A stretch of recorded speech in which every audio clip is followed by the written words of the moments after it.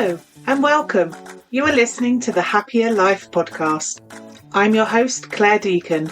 After deciding survival wasn't enough, I set out on a path to live my best life. I wanted to thrive. Now I'm on a mission to support others. Think you're not good enough, confident enough, brave enough? I'm here to tell you you are, and you can achieve anything. This is your time, so let's do this.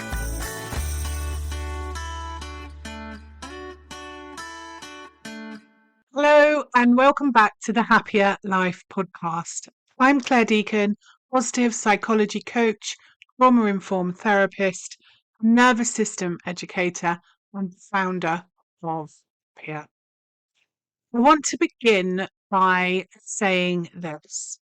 If you've ever broken your own promises, if you've set intentions and then abandoned them, if you've sworn never again, only to find yourself right back in the same pattern, you're not alone. And more importantly, you're not broken, because this episode, this is about trusting yourself again.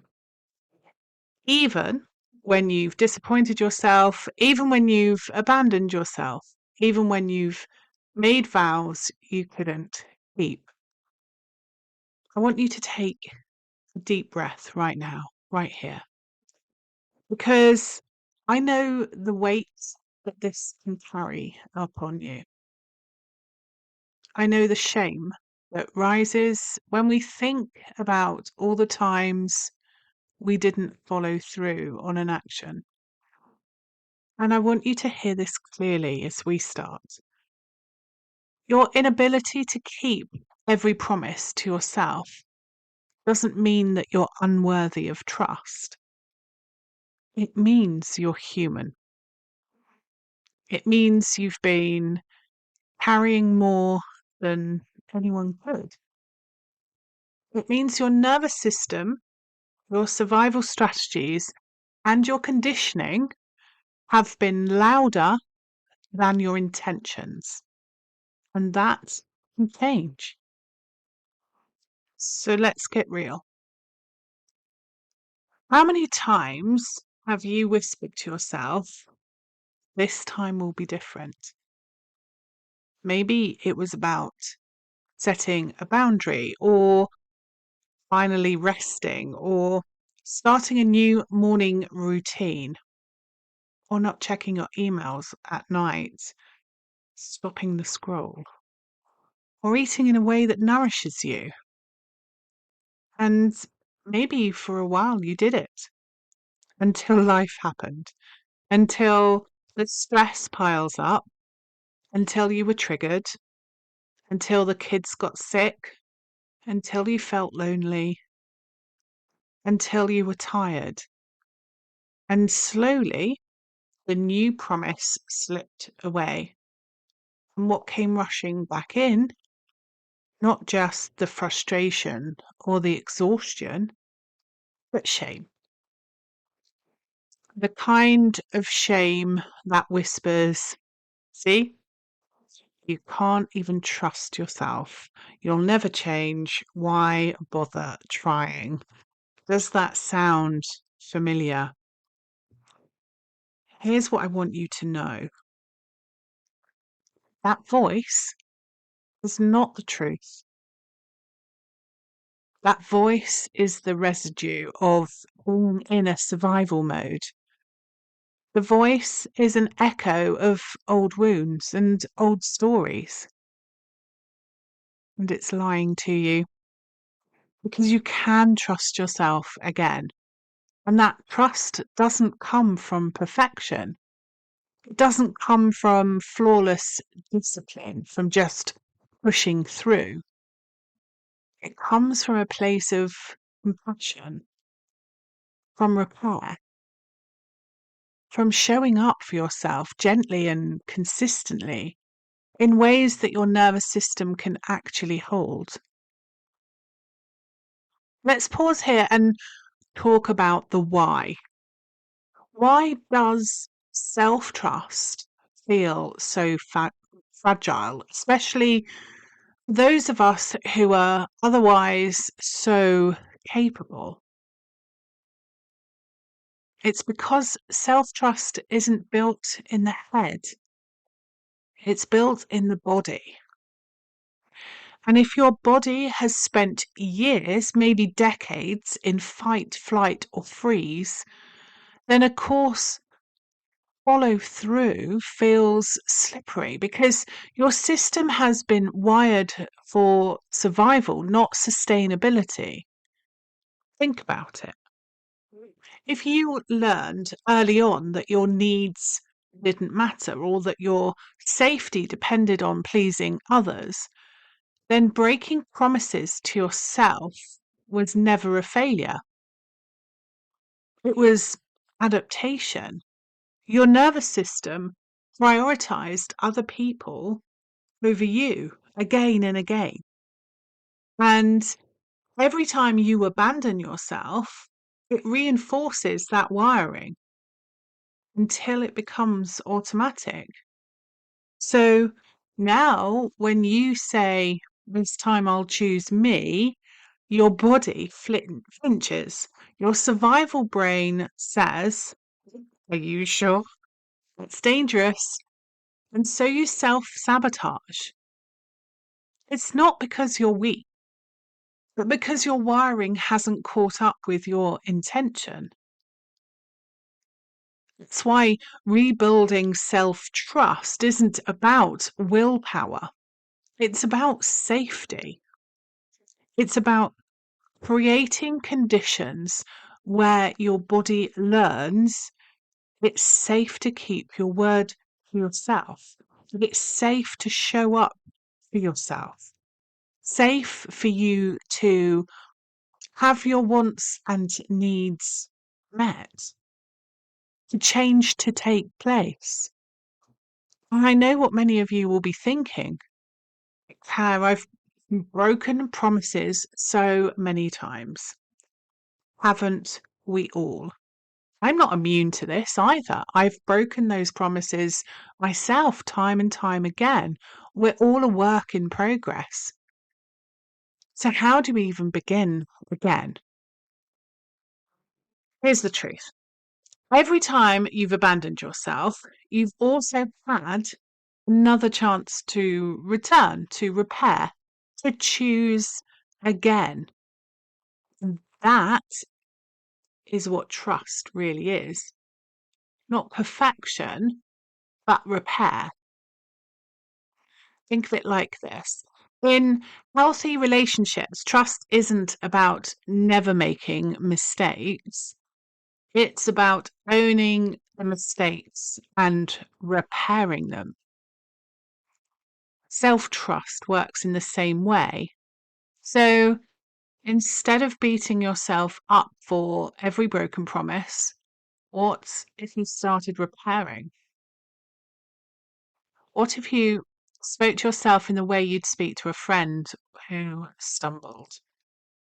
With kindness, with encouragement, with belief in her ability to begin again. Because here's the truth.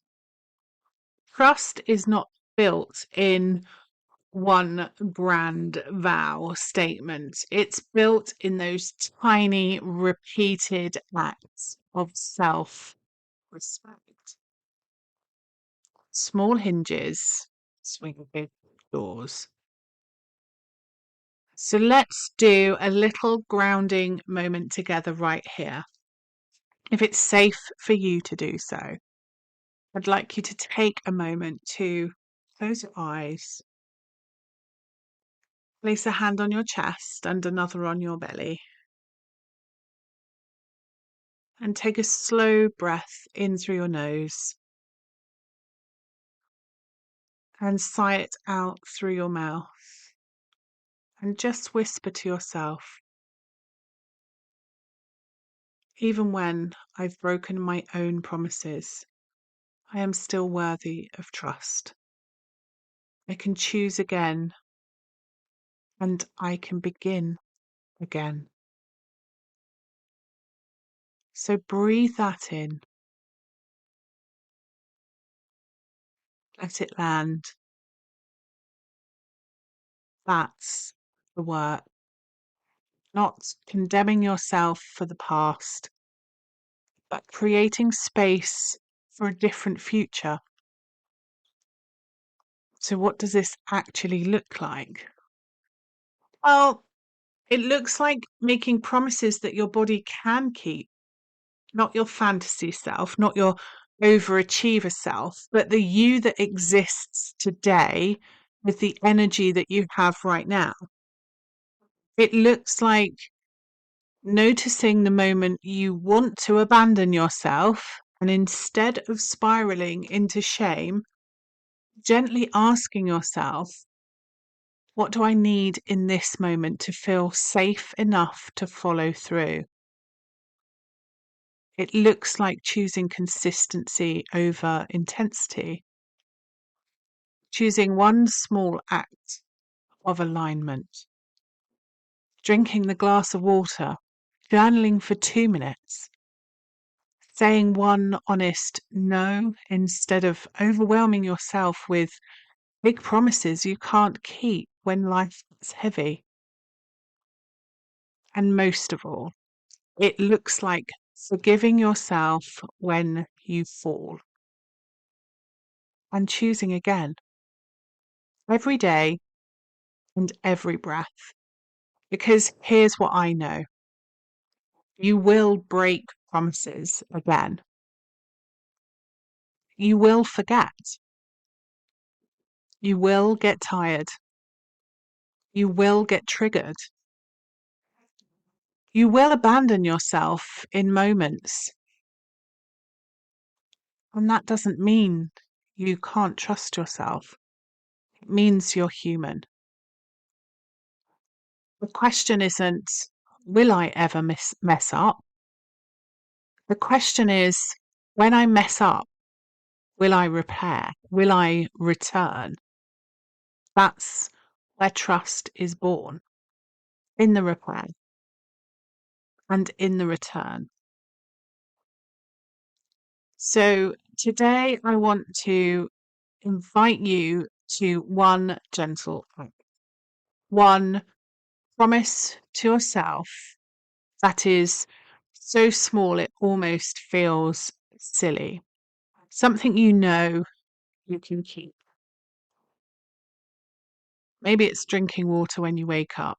Maybe it's stepping away and going outside for 2 minutes of fresh air.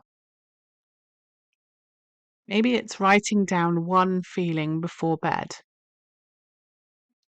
Keep it tiny, keep it doable, and keep it consistent, because self-trust isn't built in the grand gestures. It's built in the small, repeated choices that prove I can count on me.